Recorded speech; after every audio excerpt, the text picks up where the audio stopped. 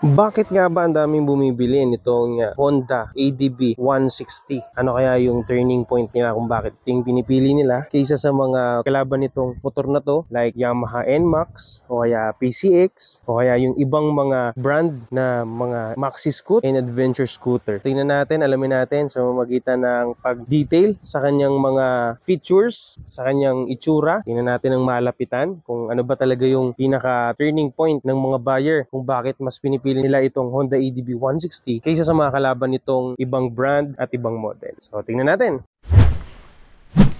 Yan, so simulan natin sa kanyang disenyo. Kitang-kita nyo naman, ito yung itim na version niya. So may mga version siya katulad ng kulay pula, yan, yung kulay itim at yung kulay puting version. So personally, ako mas gusto ko yung white na version dahil ito ay kulay halos parang pearl white na yung kulay niya, no? At napakasimple tingnan. Okay din tong itim na version, napakadaling bagayan at even yung red na version, ang angas, ang lakas ng dating, no? So yun nga, yung problema nga lang daw sa kulay puting version ito ay mabilis na naninilaw yung kanyang fairings daw. Yun daw ang feedback ng iba. Pero itong itim, kahit maluma ng maluma, so maganda pa rin at elegante pa rin tingnan. At hindi lang to actually purong itim. May mga shade siya na kulay dark gray. So tingnan natin ng mas malapitan ang kanyang disenyo. Itong black version nila ay hindi purong itim, no? Meron siyang mga part na dark gray at yung kanyang pagkaitim dito ay medyo may pagka matte finish na may mga sparkling effect niya, no? Kaya hindi siya talaga sobrang plain lang, no? Kaya sa malapitan in detailing, mas maganda siyang tingnan dahil may mga pagka-sparkling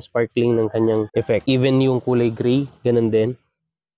Ito yung pinaka-stunning dito sa kanyang disenyo dahil napaka-curvy at napaka-sporty, aggressive yung kanyang design. Dito, mas maganda daw, nilalagyan ng iba dito ng Bic o tuka para mas maging mukhang aggressive and mukhang mag-adventure looks. Ang dami niyang edge na mas nagpaangas ng kanyang itsura. Dito, may mga kanto-kanto rito. Dinetail talaga ng Honda, no? Din magaling ang Honda sa paggawa ng mga design. So yun nga lang, ang problema lang talaga ng maraming user nito, yung pagbabaklas dahil medyo komplikado ang pagbabaklas ng mga Honda, ng mga scooter. Even ito, yung kanyang headlight, napaka-stylish din ng looks. May part din pala dito na matte, hindi lang siya puro glossy. So totally matte talaga. Kapag hinawakan mo magaspang. Ito yung pagka matte type niya, hindi siya yung sobrang ganito. Medyo may pagka gloss finish pa itong pagka matte niya. So sa kanyang fender, so ganyan lang, slick. At hanggang dito naman. So yun nga lang, kung gusto mong hindi talaga umabot dito, magpalagay ka dito ng extender. Dito nagbago rin ng kulay. After ng black niya, ito, meron ditong transition na parang nagkulay silver ang kulay. Ito yung kapansin-pansin ng before na version sa bago. Ito kasi adjustable na. Tapos alam ko mas mahaba na ito kaysa sa dating stock kasi mas maikli lang yung dati. Tapos yun nga, may parang hood yung kanyang digital panel na malaking tulong to kapag maaraw kasi parang nabibigyan niya ng shade. Ito, ang ganda ng kanyang handlebar. Kulay brown. Tapos ito, ganda rin. Mukhang hindi gasgasin. Tapos ito, chrome. Napaka-elegante tingnan. Ito talagang ganda tingnan dito sa gawang Honda. No? Yung kanilang disenyo. Tsaka yung kanilang mga pyesa at nilalagay ay hindi mukhang mumurahin. Quality talaga. Yan. Tapos may emblem dito ng Honda. Yung side mirror niya, hindi plain na oblong. No? So may mga kanto siya. Also, ito yung kanyang hand grip na saktong-sakto sa kamay mo. Tapos meron pa ditong sa dulo. Ito rin kagandahan ng kanilang mga buttons dito sa Honda. Premium talaga, no? Hindi yung akala mong mumurahin lang. Glossy pa. Maganda siyang gamitin. Even yung busina, ganda ng pindutan. So, dito naman sa kanyang unahang part. So, meron ka ditong lagayan, luggage, na malalagay mo ang cellphone mo. Yan. Secured naman kasi meron ding mga rubber dito na nag-maintain ang kanyang pagiging water resistant. Tapos yun, meron na siyang built-in na charging. Mahalaga rin na maganda yung disenyo dito, no? Kasi sa tuwing uupo ka, kapag nakikita mo na maganda yung disenyo, alam mo yun, parang nakakahikayat na mas mag-ride ka ng mag-ride kasi nga maganda yung nakikita mo. Even dito may nakalagay na ADV. Ito yung kanyang gasoline tank. Tingnan nyo kung gaano stylish. Pwede namang gawin nilang simple lang, pero tingnan nyo, sinaga talagang ikurba ng ikurba. So napakaraming kurba nitong ADB 160. Kaya naman mas naging kaaya-aya sa mga buyer na ito ang piliin. Meron din honeycomb na design dito sa part na to. Sinaga talaga nila. No? Magaling mag-design. Even dito na akala mo matatanggal, ewan ko tatanggal to. Dito mat na. Tapos yung kanyang footboard. Tapos dito kulay silver. Yan, yung kanya namang upuan, na tanong ko sa owner nito, hindi naman siya nadudulas. At ang kagandahan nga nito ay kahit 5 to siya, or 5'1 and a half, abot niya pa rin. Pero yun nga lang, medyo nakatingkayad na siya. Pero mas maganda kaysa dating version na mas mataas ang kanyang seating height. Tapos ito rin, yung kanyang back ride, no? Makapit din. Also, iba yung disenyo niya kaysa dito. Ito yung side part niya. So, napaka-premium ng pagkakalagay ng Honda ng ADB 160. So, pagdating dito, matte na siya, no? And also, kanyang headlight. Tapos may nakalagay na Honda rito. Yan ang kanyang CVT part. Ito naman ang disenyo ng gilid ng kanyang front wheel. Yan, naka-inverted port. Tapos, naka-disc brake. Harap likod to. ABS parehas with traction control. Ayun, no? So, ay kulay parang copper. Tapos yun, ang ganda ng kanyang gulong. Ito lang naman ay 110 by 80, 14. Tapos, dual sport. Pwede sa pang mga lubakan, pang mga putikan, no? Makapit din sa mga patag. So, ito naman ang kanyang radiator. Liquid cooled na yan. Yung exhaust niya. Tingnan nyo kung gaano ka-disenyo ang exhaust. Daming kurba. Hawakan pa to. Ang kagandahan ng motor na to kahit na maputik, maganda pa rin tignan. Kasi nga, rugged or pang-adventure ang looks or design niya. No? Meron dito, akala ko hawakan. Ito yung usual na hawakan ng sa Aerox, no? Yung nasa ilalim. Pero dito design niya na lang. Ito talagang hawakan niya. Napaka-ganda hawakan, no? Solid.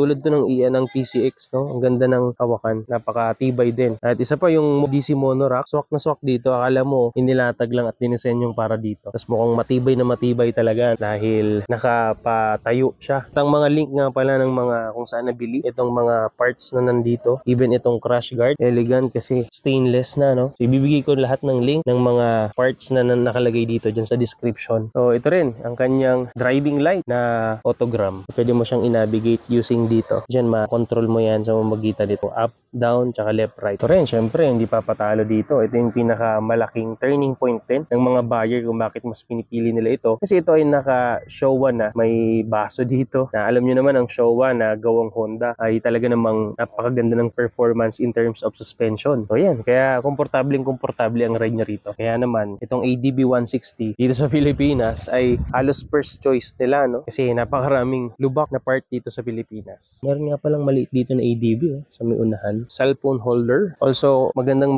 bagayan ng 45 liters na luggage box. Kaya yung iba, pinalalagyan dito ng side box or dyan. Maganda rin, pero yun nga lang, hindi mo na masyadong maasahan sa singitan. Makakasingit ang mga lower displacement or yung mga ibang kakategory nito na 125 to 150, pero ito medyo mahihirapan na kasi nga may side box na. Ito naman ang disenyo ng susi or ng remote key ng Honda EDV 160. Ito rin yung parang find motor yata ito na kapag clinic mo, nasa parkingan ka, iilaw at tutunog yung motor mo. So ang kagandahan nito, hindi mo kailangan to pindot-pindutin actually. Pwede mo siyang ilagay lang sa belt mo or ilagay sa bag mo at na sa tuwing lalapit ka ay mag-unlock itong motor na to. Pero pwede mo ring para secured, ilolong press ito para mag-activate and deactivate yung unlock feature niya na nandito. Subukan natin. Ayan, may ilaw din dyan ng kulay blue na kapag gabi may kita mo na na-open na. Ayan, yung fuel tsaka seat. Ganito ang kanyang dashboard. Pwede mo siyang kontrolin sa pamamagitan nito. Kasi select mo. Ayan, select mo siya and then pwede mong i-navigate. So, ayan o. Yan. Yung consumption dyan, kung ilan yung kilometer per liter. Yan, average consumption niya, 33.2. City driving kasi. So, mas magiging matipid pa ito kapag sa mga walang traffic na kalsada. Yung odometer, ito sa kanyang temperature. Yan, meron siyang temperature, may volts. So, mahalaga to para malaman mo yung battery mo. And oras. Tapos, ang kanyang speedometer, tachometer, fuel. May nakalagay dito yung indicator ng ABS, ng traction control. So, yun, kapag nag-signal light, dalawa talaga ang iilaw. Left or right. Hindi katulad ng iba na isa lang ang umiilaw. Parang ang naka-hazard lagi. Pwede ka mag-hazard sa mamagitan ng pagpindot dito. Yan, hazard yan. So, malaking bagay itong hazard na to. Sa iba, nagpapakabit pa. Also, the high beam and the low beam. Yan, kung bubuksan nyo naman po ang fuel, i-set nyo lang dito and pindutin nyo ang fuel.